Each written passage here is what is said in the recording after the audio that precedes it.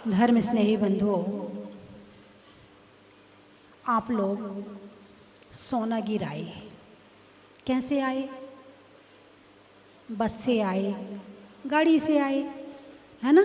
पैदल नहीं आए, वाहन से आए हैं। वाहन चलाने के लिए एक ड्राइवर होता है, बिना ड्राइवर के गाड़ी नहीं चलती है। बहुत से लोग अपनी गाड़ी में ड्राइवर रखते हैं और बहुत से लोग खुद ही ड्राइव करते हैं। ऐसा होता कि नहीं होता? खुद ही चलाते हैं, हमें ड्राइवर की ज़रूरत नहीं है, हम अपनी गाड़ी खुद चलाएंगे। कुछ होते नहीं, भाई हमसे नहीं चलती है, हमें तो ड्राइवर जरूरी है। ड्राइवर होगा तो जाएंगे और नहीं होगा तो नहीं जाएंगे। ठीक है ना?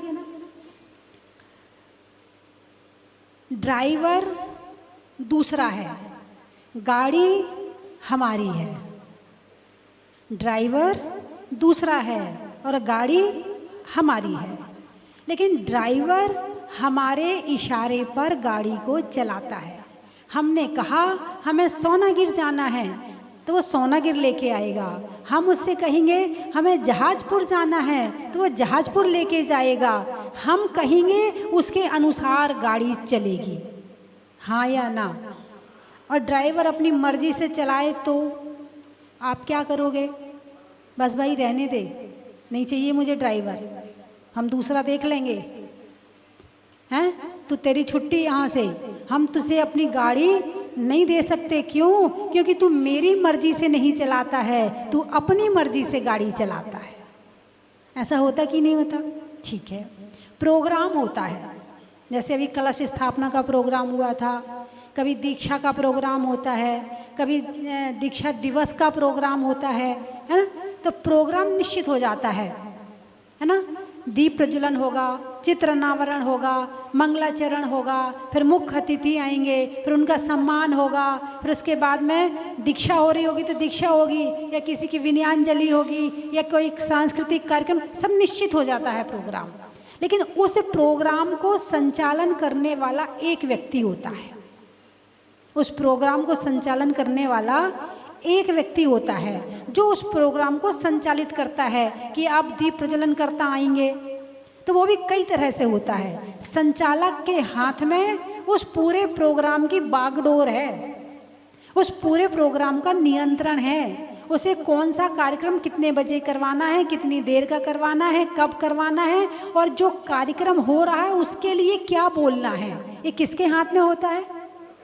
संचालक के हाथ में होता है। संचालक चाहे तो प्रोग्राम को बहुत अच्छा कर दे और संचालक चाहे तो प्रोग्राम को बिगाड़ दे। ऐसा हो सकता कि नहीं हो सकता? भाई संचालक है, अब मान लो मंच पे साधु महाराज बैठे हैं, अब महाराज तो महाराज हैं, बैठे हैं, लेकिन उनके विषय में कौन बताएगा कि इनके अंदर क्या गुण हैं, इनके अंदर क्या क्वालिटी है, इनके माध्यम से कितनी प्रभावना हुई है, इन्होंने क्या क्या अपने जीवन में कार्य किए हैं? महाराज जी खुद थोड़ी बताएंगे। कौन बताएगा? संचालक बताएगा। यानी महाराज जी की गरिमा को बढ़ाने वाला कौन हुआ? संचालक। उस कार्यक्रम में जो भी कार्यक्रम अतिथि आ रहा है, भाई फलाने चंद जी आ जाएं, कजोड़मल जी आ जाएं, पदमचंद जी आ जाएं। अभी हमारे कजोड़मल जी, पदमचंद जी 4 बसें लेकर पीपलू और उसके आसपास के क्षेत्रों से, जहाजपुर के, मैंने इनसे कहा आप कहीं जाओ ना, तो देखो पीपलू को तो कोई अभी इतना नहीं जानता है, तो आप तो कहना हम जहाजपुर से आए हैं, क्योंकि जहाजपुर पास में है और जहाजपुर को सब जानते हैं। तो ये सब अड़ोसी पड़ोसी जहाजपुर क्षेत्र के हैं। तो मुख्य अतिथि आ रहे हैं, अब नाम लेके बुलाया, दीप प्रज्वलन करवाया और वापस कर दिया, ऐसा भी हो सकता है। लेकिन जब तक मुख्य अतिथि वहाँ से चलकर यहाँ तक आ रहा है, उतनी देर में उस मुख्य अतिथि की विशेषता बता दी जाए तो प्रोग्राम और अच्छा हो जाता है।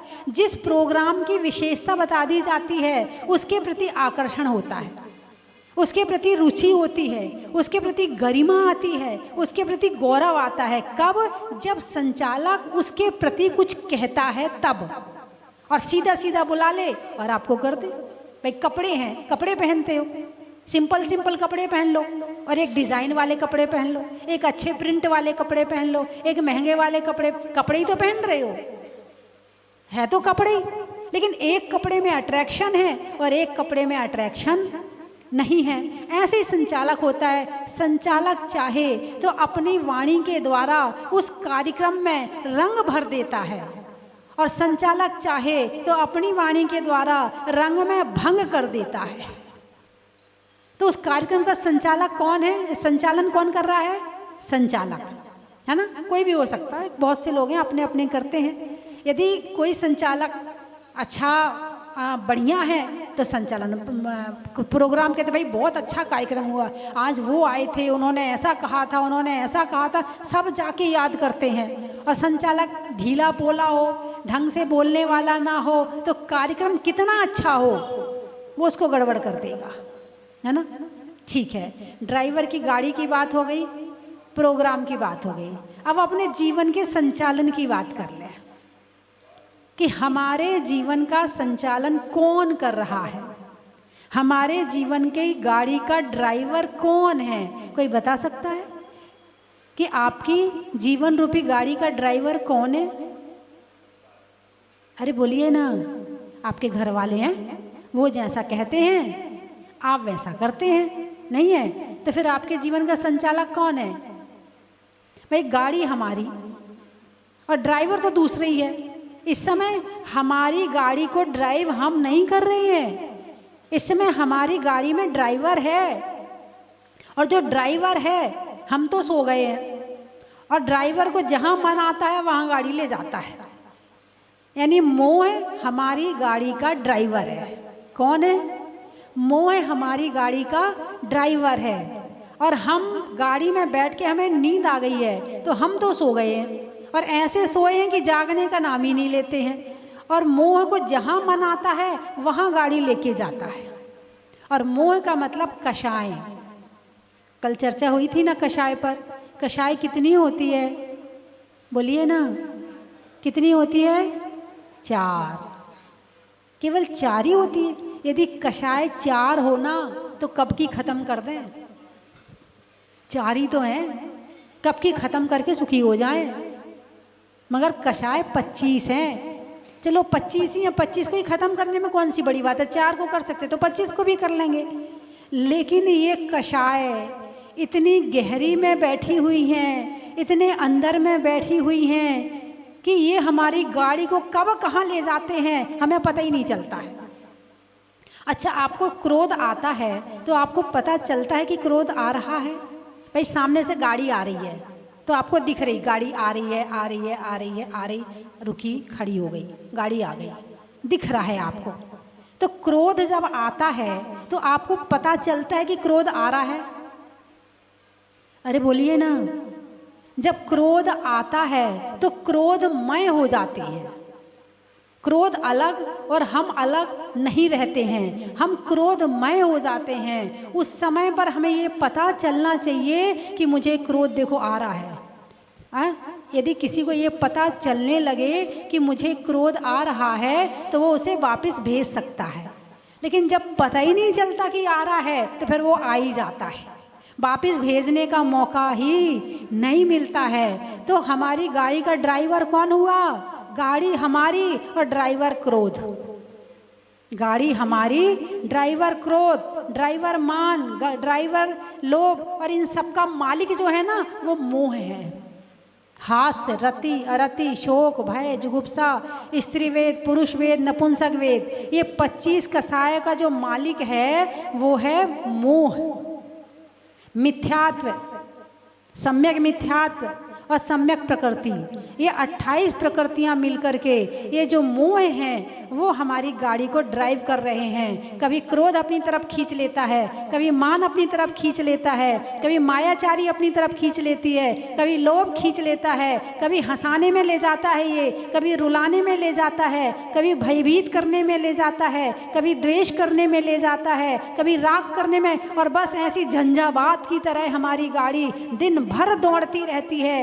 एनर्जी हमारी, ज्ञान हमारा, शक्ति हमारी, सब कुछ हमारा, और मोह के इशारे पर हमारी गाड़ी चल रही है।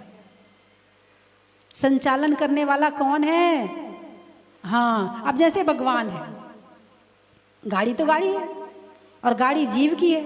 भगवान की गाड़ी चल रही है, भगवान की गाड़ी का ड्राइवर कौन है?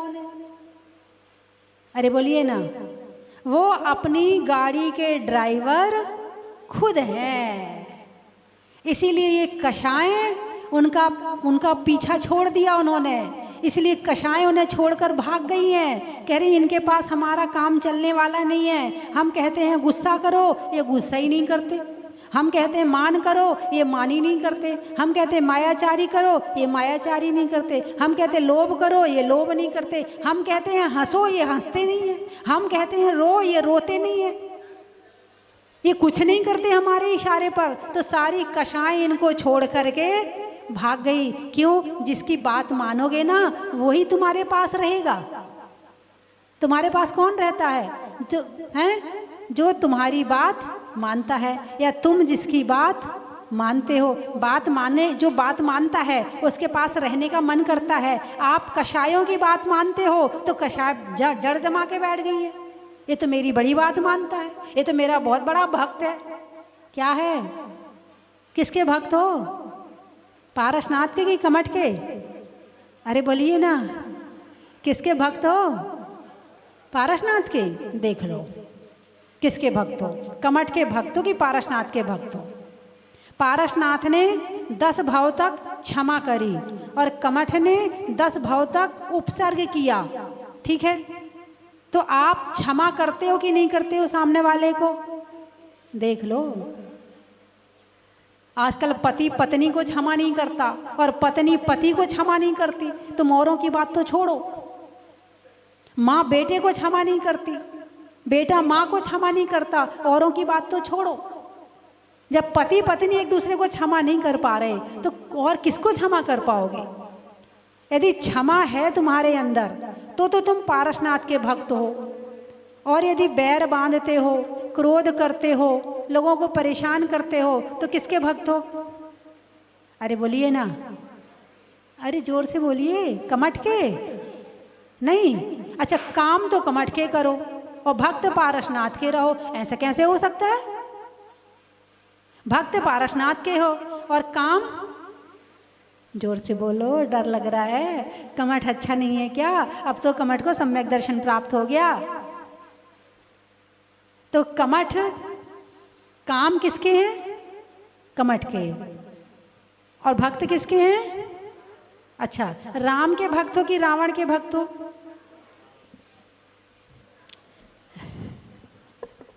आपका निर्णय तो सही है, निर्णय में कहीं गड़बड़ नहीं है। राम के भक्त हो या रावण के भक्त हो? कहना भक्त तो राम के हैं और काम, भाई जो जिसका भक्त होता है उसके जैसे बनने का प्रयास करता है। यदि राम के भक्त हो तो राम जैसा बनने का प्रयास करो, और रावण के भक्त हो तो कहना काम कर ही रहे हैं, तो भक्त तो रावण के हुए। काम, रावण का पुतला जलाते हैं? बोलिए हाँ या ना? हर साल पूरे भारत में हजारों जगह रावण का पुतला जलाया जाता है। और जलाने कौन जाता है? राम जाते हैं। जो जला रहे वो राम है। अरे जोर से बोलिए ना, है जल रहा है वो भी रावण है। नहीं, मैंने कुछ नहीं कहा है। हाँ, वर्तमान में यही है। दूसरों की बुराई तो खूब दिखती है, अपनी बुराई नहीं दिखती है। दूसरों की बुराई देखना मतलब रावण की बुराई देखना। और राम अपनी कमी निकालते थे, अपनी कमियां सुधारते थे, और रावण दूसरों में कमियां देखता था। तो हमारी जीवन रूपी गाड़ी का संचालन कौन कर रहा है? कौन हमारी गाड़ी को नियंत्रित कर रहा है? कौन इसे अपने अनुसार यहाँ वहाँ चलाता है? बोलिए। कुछ देखने का मन हुआ, देख लिया। कुछ सुनने का मन हुआ, सुन लिया। गुस्सा करने का मन हुआ, गुस्सा कर दिया। दिखावा करने का मन हुआ, अभिमान कर लिया। मायाचारी कर ली, लोभ कर लिया। दिन भर हमारी गाड़ी बाहर की तरफ दौड़ती है। कहाँ दौड़ती है? जो कषाय हैं, जो मोह है, वो बाहर से अटैचमेंट करवाता है। मोह का क्या काम है? मोह का काम क्या है? जो मेरा नहीं है उसे मेरा कहलवाना। मोह का काम है कि जो मेरा नहीं है उसे मेरा कहलवाना, और कहलवाना नहीं, मानना, और मानना नहीं, पूरी तरह से मानना, ये मेरा ही है, मेरा भी नहीं है, मेरा ही है, ऐसा मानता है। और जब वो मान लेता है फिर उसके लिए उसको यदि कष्ट होता है तो फिर उसे कष्ट होता है, उसे सुख होता है तो उसे सुख होता है, वो कहीं जाता है तो दुखी होता है, आता है तो सुखी होता है। यानी उसके सुख में सुखी और उसके दुख में दुखी, ये कौन करवा रहा है? अब यहाँ एक व्यक्ति आया और वो भगवान के पूर्व जन्म का, कई हजारों जन्म पहले के जो पीढ़ी चली आ रही है उसके वंश का आदमी है, और आप उसे नहीं पहचानते हैं, लेकिन भगवान के केवल ज्ञान में आ रहा है कि ये उस वंश का व्यक्ति है। अब वो बहुत दुखी है, बहुत परेशान है, तो भगवान उसको देखकर परेशान होंगे क्या? अरे बोलिए ना, भगवान उस अपने वंशज को देखकर, अरे परेशान, बेचारा परेशान हो रहा, चलो इसकी सहायता कर देता हूँ, भगवान परेशान होंगे क्या? नहीं होंगे। क्यों नहीं होंगे? क्योंकि मोह नहीं है। भाई है तो भला है, ठीक है, हमें क्या है। वो अपनी आत्मा के ध्यान में लीन है, उनका ध्यान अपने वंश की तरफ है ही नहीं है। ना तो वो दुखी होंगे और ना ये कहेंगे अरे मेरा वंश यहाँ तक बढ़ रहा है, मेरा वंश यहाँ तक चल रहा है, ओहो हो, मेरा वंश तो बहुत लंबा चल गया, देखो मेरा वंश यहाँ तक चल। ना उन्हें अभिमान आएगा, ना उन्हें क्रोध आएगा, ना उन्हें मायाचारी आएगी, ना उन्हें लोभ आएगा। क्यों? क्योंकि वो मोह के परमाणुओं को पूर्ण रूप से नष्ट कर चुके हैं। अब कहीं से कहीं तक तिल तुस मात्र भी कुछ भी उनके अंदर कषाय के परमाणु नहीं है, इसलिए वो बाहर के दुख में दुखी और बाहर के सुख में सुखी नहीं होते हैं। जब केदारनाथ की घटना हुई थी तो सारे लोग दुखी हुए थे कि नहीं हुए थे? अरे बोलिए ना। जब केदारनाथ की घटना हुई थी सबके मन में, और तुम्हारे मन में नहीं, पूरे विश्व में, सारे विश्व में एक मातम छा गया था कि देखो कैसी प्राकृतिक प्रकोप है और कैसी घटना घट रही है, कितने लोग मर रहे हैं, कितने परेशान हो रहे। सबको कष्ट हुआ था कि नहीं हुआ था? भगवान को हुआ था कि नहीं हुआ था? अरे बोलिए ना। भगवान के ज्ञान में आया था कि नहीं आया था? सबसे पहले जानेंगे तभी तो कष्ट होगा। तो भगवान के ज्ञान में वो घटना आई थी कि नहीं आई थी? भगवान के केवल ज्ञान में तीनों कालों का, तीनों लोकों का जो कुछ हो रहा है सब कुछ समान रूप से घटित होता है, कहीं कोई उसमें कमी ज़्यादा कुछ भी नहीं। और जितना स्पष्ट क्लियर आपको टीवी में नज़र नहीं आता है उससे ज़्यादा स्पष्ट क्लियर भगवान के ज्ञान में झलकता है। लेकिन भगवान को कष्ट नहीं हुआ। क्यों नहीं हुआ? क्योंकि भगवान के पास में मोह नहीं है। क्या नहीं है? मोह नहीं है। कब बाहर का कष्ट कब होता है? जब अंदर में मोह होता है। बाहर करुणा कब आती है? जब बाहर में मोह होता है। बाहर में दया कब आती है? जब बाहर में मोह होता है। और मोह ना हो तो ना करुणा, ना दया, ना बुरा, ना अच्छा, ना कुछ नहीं होता, मतलब कुछ भी नहीं होता है। तो आप लोग सोनागिर की वंदना करने आए हैं, आपने भगवान के दर्शन किए। आपने भगवान के दर्शन कैसे किए? अरे बोलिए ना, क्या देखा आप में भगवान में? क्या दिखा भगवान में? हैं? नीरगंधे अक्षतान पुष्प चारु लीजिए, दीप धूप श्रीफल आदि अर्घ, ओम ह्रीं श्री पार्षदी स्वाहा। जल फले आठों सुचिशारता को अर्घ करो, तुमको अर्पो भवतार भवतरि मोक्ष भरो, 24 सिर जिन चंद। ये किया ना, जो भगवान की वीत रागता थी, जो भगवान का ज्ञान था, जो भगवान की शक्ति थी, जो भगवान का सुख था, वो देखा आपने? वहाँ आपकी नज़र गई? वहाँ नज़र गई नहीं। यदि वहाँ नज़र चली जाए तो फिर तो दर्शन में कुछ और ही मिल जाए, जो वास्तव में मिलना चाहिए वो मिल जाए। वहाँ तक नज़र पहुँचती नहीं है जहाँ तक भगवान पहुँचे। वहाँ तक पहुँचना तो दूर की बात है, वहाँ नज़र तो पहुँच जाए। भाई एक आदमी जैसे तुम्हारे मुकेश अंबानी है, अब हम ये मानते हैं, हम नहीं मतलब आप सब ये मानते हैं कि वो भारत का सबसे अमीर आदमी है, ठीक है। आपकी दृष्टि में सबसे अमीर आदमी है, आपकी दृष्टि में सबसे सुखी आदमी है। अब इंसान टारगेट बनाएगा, मुझे कैसा बनना है? अरे बोलिए ना, मुझे भी, जोर से बोलो बोलो, मुकेश अंबानी की तरह बनना है ना।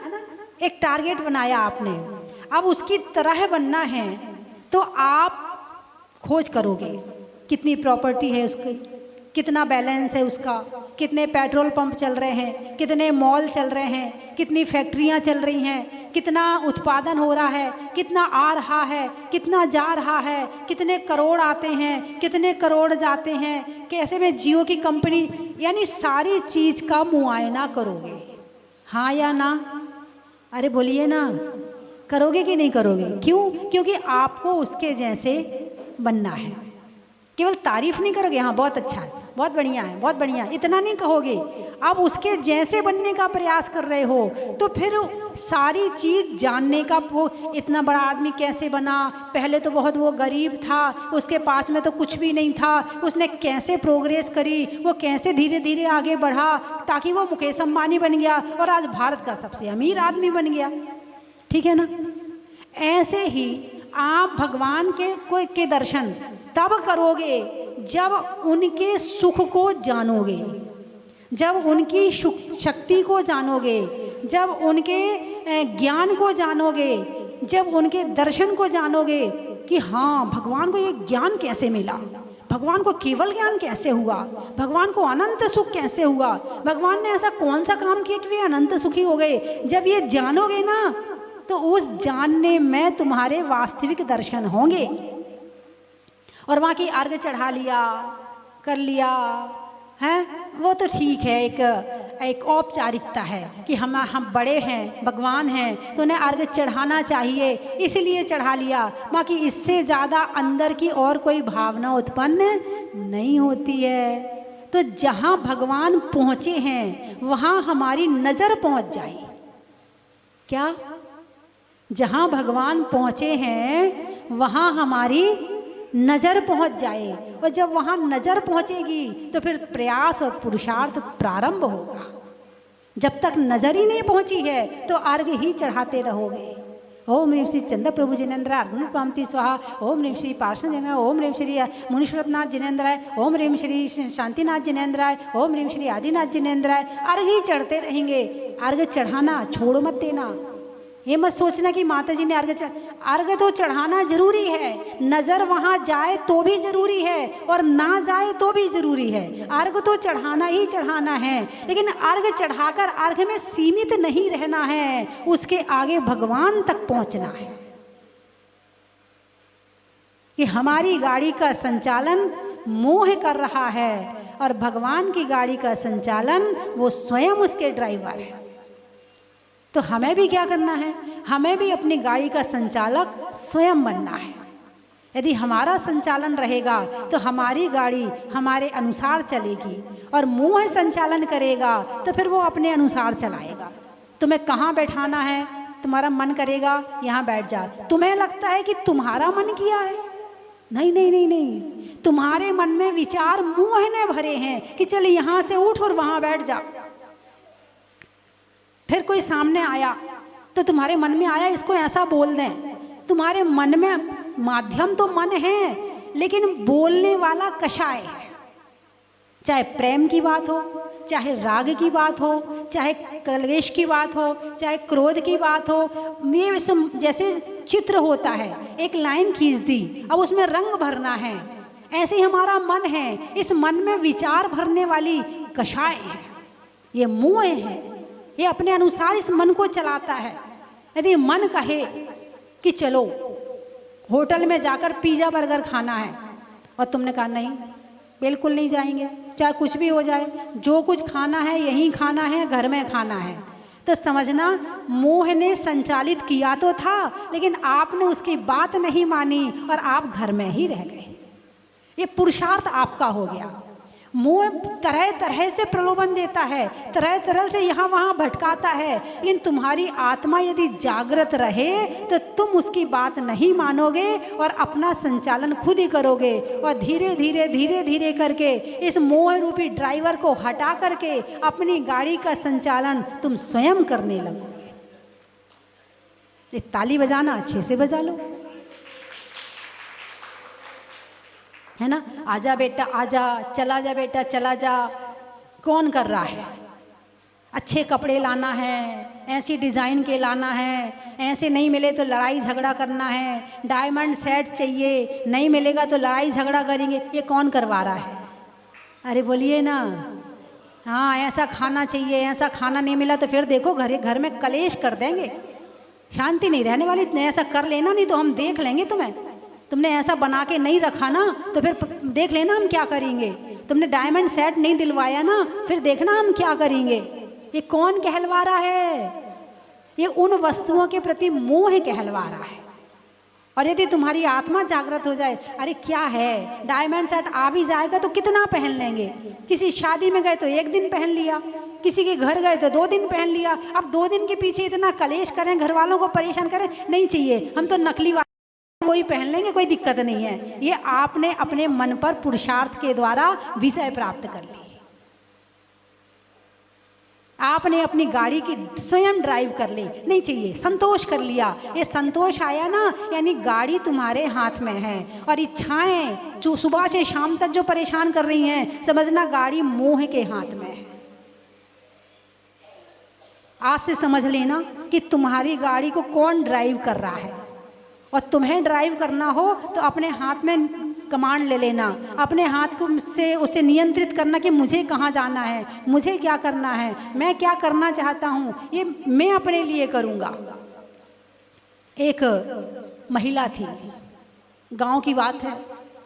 उसने कहा, देखो जी दिवाली आने वाली है, मेरे लिए साड़ी खरीद के ले आना। पति, थोड़ा सा माइक बढ़ाओ।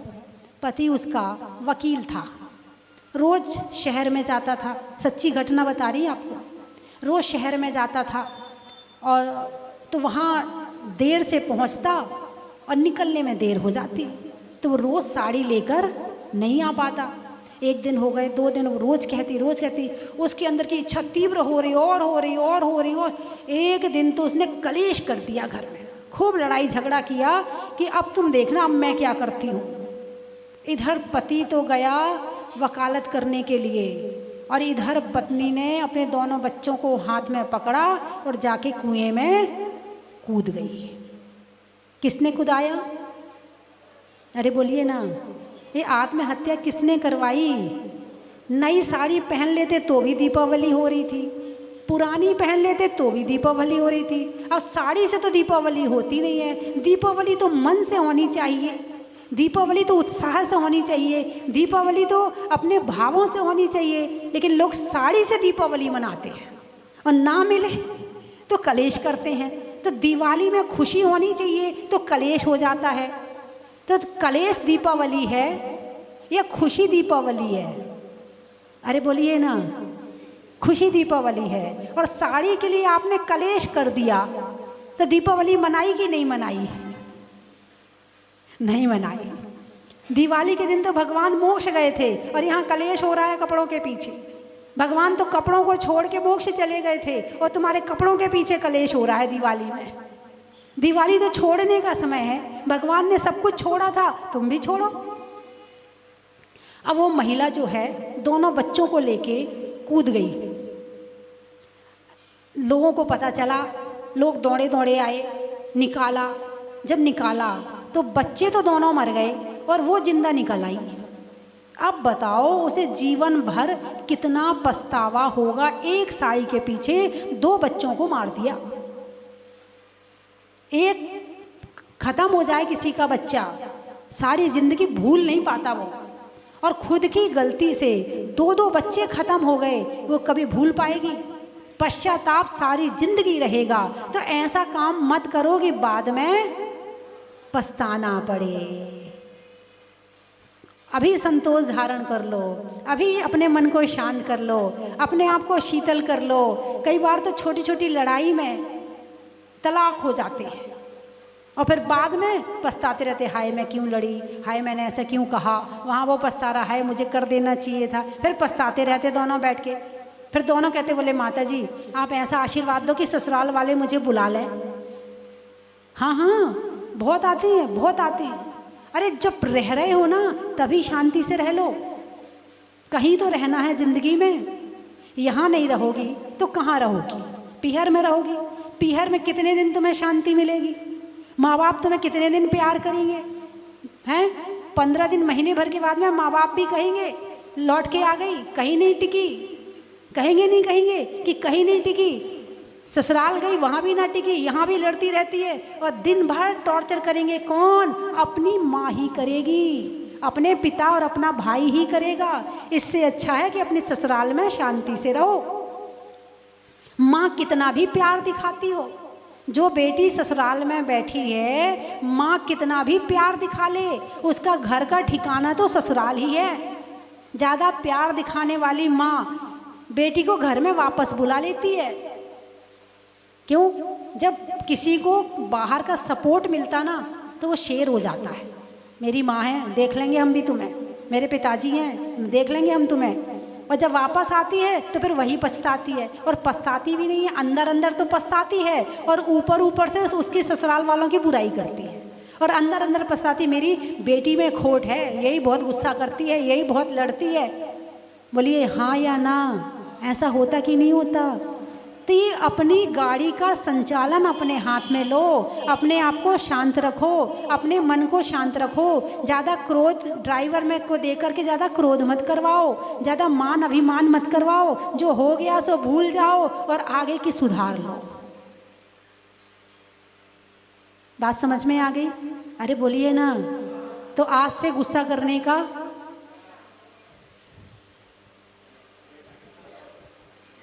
कौन कौन त्याग कर रहा है? हाँ जी ताराचंद जी, गुस्सा करने का त्याग कौन कौन कर रहा है? नियम तो कठिन है। अच्छा चलो, गुस्सा करने का त्याग नहीं कर पा रहे, कोई बात नहीं। प्रतिदिन 1 घंटा मौन लेने का नियम ले लो। 1 घंटा मौन ले लो, उससे आपको सारी चीज़ें पता चलने लगेंगी। यदि गुस्सा आ रहा है ना तो आपको दिखेगा गुस्सा आ रहा, मौन है, बोल तो सकते नहीं, तो अंदर ही अंदर अपने आप को शांत करोगे, धीरे धीरे आपका कंट्रोल पावर बढ़ जाएगा। तो 1 घंटे का मौन ले लो कि रोज 1 घंटा मौन लेंगे। हो सकता है क्या? अरे बोलिए ना। यदि अपनी गाड़ी अपने हाथ में रखनी हो तो 1 घंटा मौन लेना शुरू कर दो। बोलने से दूसरों से जुड़ते हैं और मौन लेने से खुद से जुड़ते हैं। यदि खुद से जुड़ना चाहते हो तो मौन लेना शुरू कर दो। तो 1 घंटा मौन कौन कौन हाथ उठाकर बताओ। क्या बात है, पुरुषों में मौन की कमी कैसे हो सकती है? हैं? पुरुष मौन कम कैसे रह सकते हैं? हमारे ताराचंद जी ने तो हाथ उठा लिया, हाँ पीछे भी हाथ उठा रहे हैं। आप लेकर देखो, कंट्रोल पावर आपके हाथ में है, आपकी ड्राइविंग आपके हाथ में आएगी और यही धीरे धीरे धीरे फिर आपको धर्म की तरफ ले जाएगी और फिर एक दिन आपको भगवान बना देगी।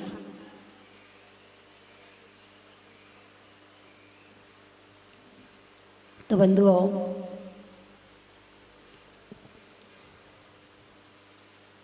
हमारी गाड़ी और चलाने वाला दूसरा, चलाने वाला नहीं, वो अपने हिसाब से चलाने वाला, अपने हिसाब से। हमारे हाथ में नियंत्रण है ही नहीं है, नियंत्रण उसके ही हाथ में है। तो अपने हाथ में नियंत्रण आ जाता है, वो विजय प्राप्त करता। दूसरों पर विजय प्राप्त करना विजय नहीं है, खुद पर विजय प्राप्त करना सच्ची विजय है। खुद का मन खुद के कंट्रोल में नहीं, दुनिया को कंट्रोल करना चाहते हो। नहीं, तुम्हारी बात नहीं करी, पीपल वालों की बात नहीं है, टोंक वालों की भी नहीं है और महाराष्ट्र वालों की भी नहीं है ना। तो खुद का कंट्रोल, अपनी ड्राइविंग और अपनी गाड़ी तो सही चलेगी। ठीक है, मेरी बात समझ में आ गई? चलिए, मैं 3 चीज़ें बोलूँगी, आपको कहना है बड़ा ही। सुना दूँ? अच्छा।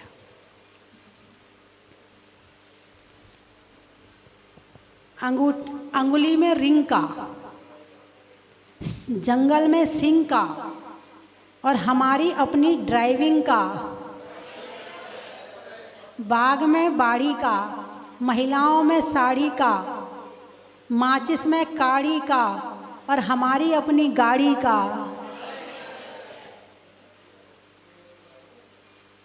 नेता में सुभाष चंद्र बोस का, नहीं होने में रोष का, और जीवन में संतोष का,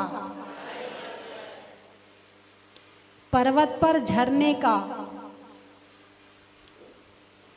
सामान को देखकर धरने का,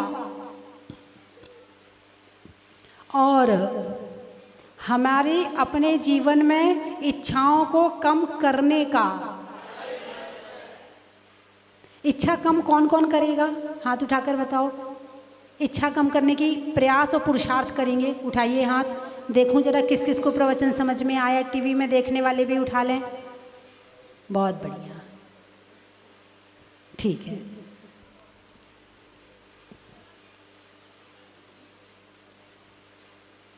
चाय में चालू का, जंगल में भालू का, और आने वालों में पीपलू का। आप लोग कहाँ से आए? महाराष्ट्र में कहाँ से? पूना। पान में चूना का, अनाज में चना का, और आने वालों में पूना का। अच्छा। गाने में सुर का, नृत्य में नूपुर का, और आने वालों में जहाजपुर का। और कहाँ से आए? नाम बताओ।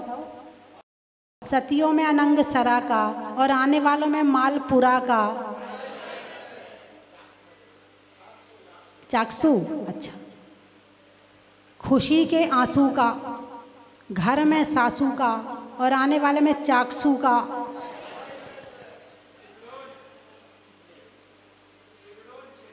सिरडोन में सिवरोन का।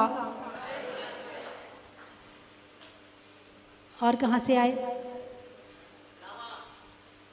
लावा, नावा। अच्छा।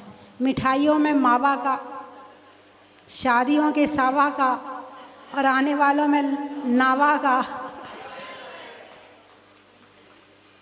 हो गए सारे? कोई बचा तो नहीं? हो गए? चलिए, आज पीपलू से जहाँ मैं गई थी, 3 दिन का प्रवास रहा। बहुत बहुत अच्छे भक्त रहते हैं वहाँ पर। और वहाँ से कजोड़मल जी, पदमचंद जी करीब 300 साढ़े 300 यात्रियों को लेकर के आज सोनागिर की यात्रा के लिए आए हैं। एक बार जोरदार उनके लिए तालियां बजाइए। और जहाजपुर से हमारे ताराचंद जी का परिवार आया हुआ है, एक बार उनके लिए भी जोरदार तालियां बजाइए। यहाँ पर 40 दिन तक चंदा प्रभु विधान चल रहा है, प्रतिदिन अलग अलग भक्त की तरफ से। तो जितने भक्त यहाँ आते हैं और जो बैठे हुए हैं, उन भक्तों के लिए एक बार जोरदार तालियां बजाइए। और हमारे पंडित जी उस विधान को बहुत अच्छी तरह से करवा रहे हैं, हमारे पंडित जी के लिए जोरदार तालियां बजाइए। हैं? और हमारे छुल्लक जी और छोटी माता जी खूब अच्छी साधना करते हैं, इनके लिए भी जोरदार तालियां बजाइए। माता जी के लिए नहीं, मुझे नहीं चाहिए। और हमारे यहाँ के जो व्यवस्थापक हैं, मंत्री बालचंद जी, राजेंद्र जी, विजय जी, रमेश जी, संदीप जी हैं, अंकित जी जो भजन बोलते हैं, बहुत अच्छा विधान करवाते, एक बार उन सब के लिए जोरदार तालियां बजाइए। और अब पहाड़ पर पेंटिंग करने के लिए हमारे नाम क्या भैया? परविंदर जी पेंटिंग कर रहे, बहुत अच्छी, एक बार इनके लिए जोरदार तालियां बजाइए। माइक मास्टर के लिए और अरदास जी के लिए भी रोज, और हमारे पुजारी जी के लिए भी जोरदार तालियां बजाइए। अतिथि हैं उनको भी बुला ले, सभी आ जाए और पूज्य गुरु माँ के कर कमलों में शशि भूषण माता जी की जय हो। जय करा गुरु माँ का जय जय। पुकारे दे रहे वात्सल्य का जो दान है, बिन पुकारे दे रहे वात्सल्य का जो दान है। कॉर्डलेस लाओ, कॉर्डलेस लाओ। हेलो। आइए और हमारी समिति हमारे शास्त्रविद कर्ता परिवार का भी सम्मान कर रही है।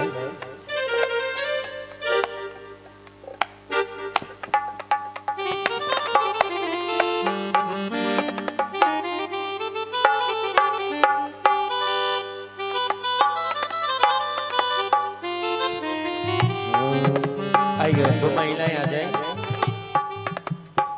और आज हमारे शास्त्र भेंट करता परिवार है उनका सम्मान करेंगे।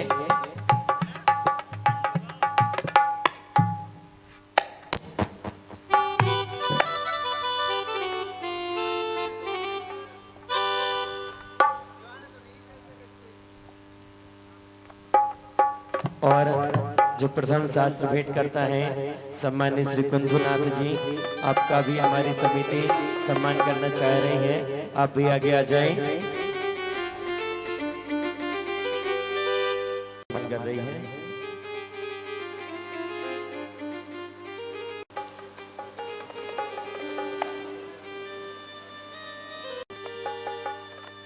और कजोड़ी लाल जी का सम्मान करते हुए हमारी समिति तिलक लगाएं, माल्यार्पण करें।